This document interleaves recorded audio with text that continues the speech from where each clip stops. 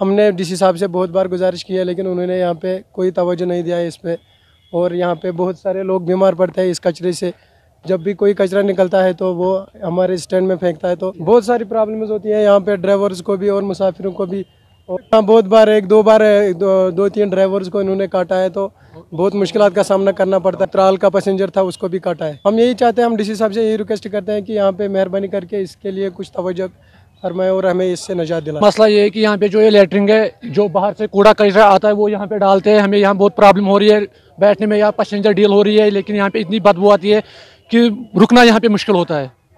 बहुत बार बोला है, एक बार एक डीसी इधर आया था, उसने बोला था कि मैं ये करूँगा, फिर उसने भी कुछ नहीं किया। ये खाली बोलने के लिए बोलते हैं।